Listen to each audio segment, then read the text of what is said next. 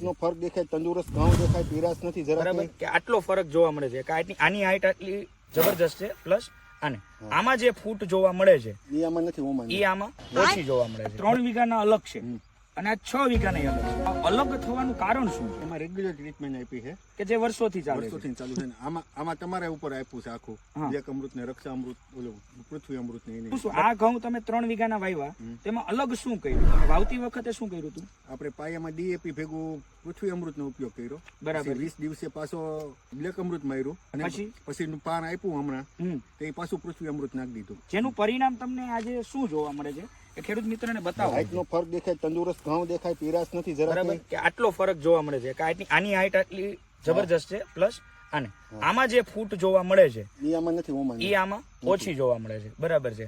તો કે આપણે આ કહેતા હોય ખેડૂત મિત્રો કે જેટલી સૌથી ઝાઝી જેટલી અહીંથી ફૂટ નીકળે એટલા ઘઉં સારા થાય.